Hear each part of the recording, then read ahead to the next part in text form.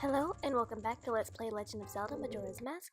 This is episode number 11, and we are going to finish Snowhead Temple today and also defeat the boss of this temple.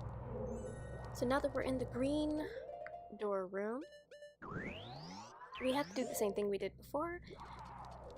Kill all of the enemies in this room. That's it. Well, that's part of it, anyway. We get a fairy from that, and if you fall, it's not too big of a deal, but it's still not fun to fall. So you want to get more magic, and hopefully we can do this properly. We need to get these torches as well. That's another Nintendo thing. There we go.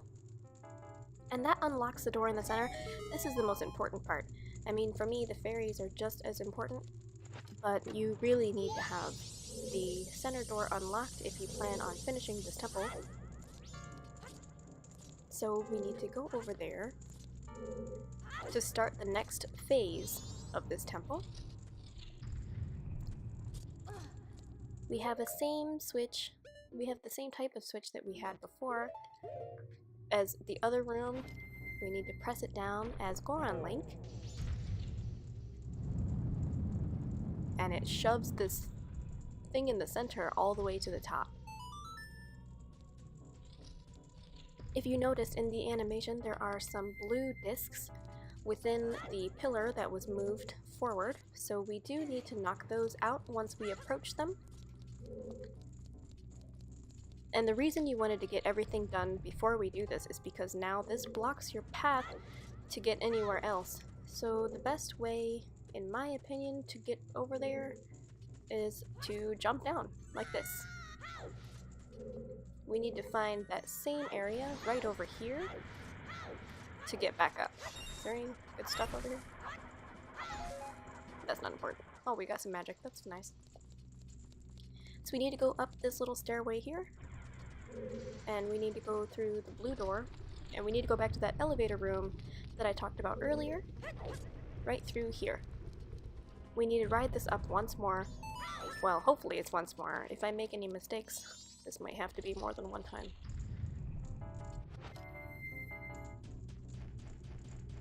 So, blue discs. We need to punch those out, which as a kid, I did not know that. This was definitely a part of the temple that my older sister had to come and help me, which if I haven't talked about it, I don't think I have. My sister is the one that basically taught me everything I know about video games. She was the one that always played them when I was a kid, and I watched her ever since I was a baby, pretty much. And so that is how I know most of the things that I know today, is from learning from her. So here we need to punch this one as well. And before I get ahead of myself, yeah, we need to go down this way. Oh, that wasn't too bad. Okay. Nice. Punch this disc, and then you're done with the whole pillar mechanic. And we need to go through this room, which is why you wanted to collect that final key before you came here. This makes it much easier. This is going to take me a bit of a minute, so I'll probably either fast forward it or cut parts of it out. Okay, that wasn't too bad. So in this room, there's the obvious ice blockade right there, but the first thing we need to do, hopefully without getting hurt by anything, we need regular arrows. Oh, sorry, and the lens of truth. This is the fairy of this room. Oops. Most of the time, I get hit by those, so that's a thing. And now we need to come over here and melt this, and the next room is what really trips me up, personally. This one is my weakness. For some reason, not for some reason, it's because they have fire. These guys, I suck at fighting these things, but you actually really want to fight them. You can actually just skip this room, but you don't want to do that. Okay, so You kill one. That better be. Okay, good. 13. The reason why I said 12 is the magic number is by the time you get up to this part of the temple, if you have 12, then you have caught everything that you've needed to do. So now we have 14. We have one more stray fairy, because both of those enemies contain stray fairies. And this is where it starts to... We need to just jump off. And this section, if we use our Lens of Truth, you'll see that there's a little opening down there. So, how am I gonna... like this? Oh, that was too far. Oh, I made it still. Oh, that was lucky. Okay, so you want to just basically, how I do it is I just fall in. And that is the last fairy of the temple, thank goodness. And we just need to have our Deku mask. And we get out of here. You fly here. And that's it. So now we're gonna start getting into just the final stuff. That's almost all that we need of Deku form, but not quite. Oh, and we're also gonna need arrows later. Okay. And of course, just Goron punch these. It's actually a little tricky to line up sometimes. This temple has a lot of precision, at least in my opinion. You need to be pretty careful with doing that. Okay. And you don't actually come out of that door perfectly lined up. Ooh, and I'm not perfectly lined up right now either. Okay, good. We need to come over here. Back to Deku form. Oop. We have already finished this side, so you need to go to the side that's kind of more decorated, the one that stands out. Over here. And we will be getting the last... oh wait, no. Okay, yeah. We will be fighting the last mini-boss, and then we can go on to the final boss. So we're facing Wizrobe's, I guess, upgraded version in this room. So same as last time, he's gonna just have the same type of, what would you call it? The same mechanic, I guess?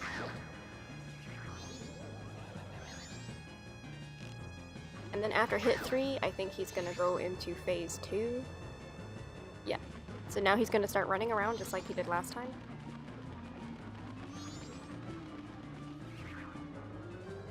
And... oh, there he is. Oh, but I have to run too. You don't want to land in the ice. Oh no, he's gonna get me. Oh, at least I'm getting him too, though. I'm okay with that. Oh, he's done. That was pretty fast. Usually I get hit in this one at least once. Okay, that is all for him, and if you need any extra stuff, item-wise, you can feel free to pick it up, but other than that, there's nothing left in there. So now the only thing left to do is to get this boss key, and we are pretty much done with this temple.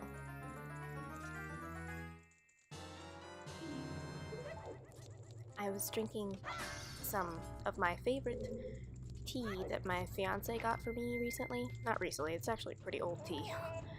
But I still love it. It's like an iced tea from a Korean tea brand. And it's so good. Do the same thing we just did before, except this time we won't be flying off of the Deku Flower, we'll be going to actually fight the boss. Alright, so that's it. Now it's boss battle time, and I love this boss just as much as I love Uldowa, maybe even more than I love Uldowa. Uldowa and Goht, or Goht depending on your pronunciation, are my favorite two bosses in Majora's Mask, aside from the absolute final boss. I really love that one as well. But I love Uldowa and I love Goht for different reasons. I like Uldowa because you can use the Deku form and still do a really good job, but there's also the aspect that you can have a full-on sword fight if you so wish. With this boss, however, as a kid I liked it because it was kind of like chasing, like tag. So as a child I just saw this as playing tag, but now that I'm older it's kind of sad. It's almost like you're hitting him even though he doesn't want to be attacked or messed with. So I kind of have sympathy for him in a way, because he doesn't attack you very much. It's mostly you attacking him. and that's really sad and kind of twisted. But nonetheless, I still love the mechanics of this battle and how everything works. Because if you can see, these rocks, although I haven't been hit by one yet, they don't hurt you. The blue little orb attack that he does, and an electrical attack that he has that we haven't seen yet, those hurt you, but it's almost as if he's just trying to tell you to leave him alone. So I don't know, maybe that's a bit too philosophical for me to try to delve into, but it does make me sad that, you know, our fight with him is almost like we're just attacking him and he's trying to run away. But now he is in phase 2, where these thorns are falling out of the ceiling, and they also do not hurt you, they just stop you in your tracks. Most of his stuff is really just meant to slow you down so that you can't hurt him. Like the other bosses, they try to hurt you, but he really doesn't, other than these few attacks that he has. So as you can see, that thorn did not take any damage from me. And this one, it just knocks you out of your spin. So that's all there is to it. I can't really compare this to the 3DS version. I have the 3DS version, but it's been a long time since I've played through it, so I don't really remember how it goes. I prefer the 64 version just because I guess I'm old. But now, he's getting closer to, I think he's getting closer to his 3rd phase. I think I just heard the 3rd phase mark. Ooh, there's his other electrical attack that usually hits. So those are his 2 attacks. Oop. The bombs that he is throwing out, that is a sign that he is in his final version of the battle. And bombs usually don't hurt you unless you're like me and you just ran into one. They're mostly meant to just knock you out of your spin cycle, just like everything else. They only hurt you if you are pretty close. You have to be like right up in the bomb for them to hurt you. So again, it just goes to show, oh no, I usually don't get this close to death. But I think it goes to show you that he's really not doing a whole lot to hurt you, even though I'm almost dead anyway. Alright, so as you just saw, we did the stun attack where he was passed out and then we just kept running into him, and that apparently finished him off. So there he goes, and the battle ends with him ramming his head into the side of the wall, so it's almost as if a suicide. It's just really heartbreaking for me, now that I'm older, but when I was younger I just thought this was the coolest thing in the world. So now that we're done, first let's go get our heart container. And let's check out this cool mask. I always love to admire these once the temple is finished. I just really love the design that they did on them. I don't know, it's fascinating to me. But now, we are done and we've collected Goht's remains here. Again, I just love the way they look.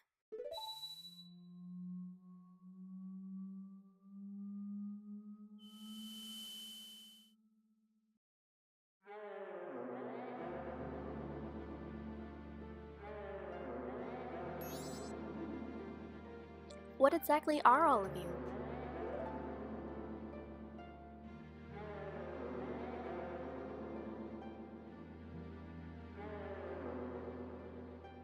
Did anybody else think the white stuff was marshmallows when they were little? Like marshmallow fluff? That was what I kind of interpreted it as. Guardians. Guardians? So, you're protective gods? That's why you're in the temples. But why are the protective gods? No, wait. Are you listening to me? Hey, wait. Yeah, they don't really give us a whole lot of information. But with that said and done, we have defeated Snowhead Temple, and as you can see, by doing so, we have also brought about spring. The never-ending winter that was plaguing Snowhead is now over.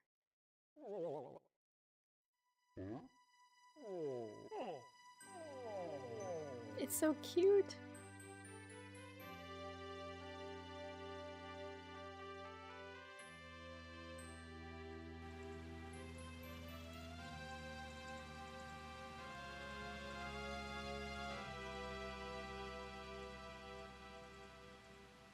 And if we have time, and I think we do, that's why I ended the last episode a bit early, hopefully we should be able to get a few things done. First and foremost, as soon as you're done, there are two things I would highly recommend you do. The first being, come in here. Oh, a customer! Gabora, fetch our customer some coffee, quick like. Now then, let me take a look at your sword. Alright, to reforge your sword, it'll cost 100 rupees. It'll be ready at sunrise. You'll have to let us hold on to your sword until then. Keep in mind, after you use your reforged sword 100 times, it will lose its it'll lose its edge and it'll be back to its original sharpness. So would you like your sword reforged for 100 rupees? Yes. You really want to do this. So please, if you want to have the best sword in the game, come and get this done on the first day or the first night after you have defeated Goht, and immediately after doing that, you want to come back here and go back to Goron Village. So this building over here, this little archway, is where we need to go. And it's ironic. Gorons can't climb here, only Human Link. Darmani can't make it over there. But we need to come down here as a Goron and talk to this dude. I'm the Goron who sells powder kegs, the most famous product of the Gorons.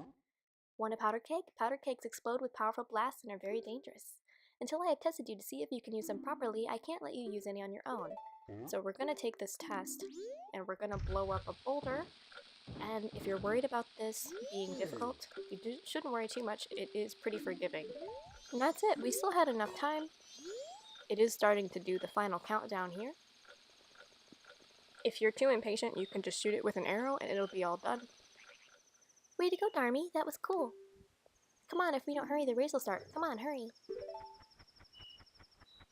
So the little kid is gonna go ahead, but you don't need to follow him. What you need to do, we need to go back to where we took the test. We need to talk to him again, and so we can get the license. Because we do need to use powder kegs later on, so you really want to get this out of the way as quickly as possible. It looks like you managed to succeed.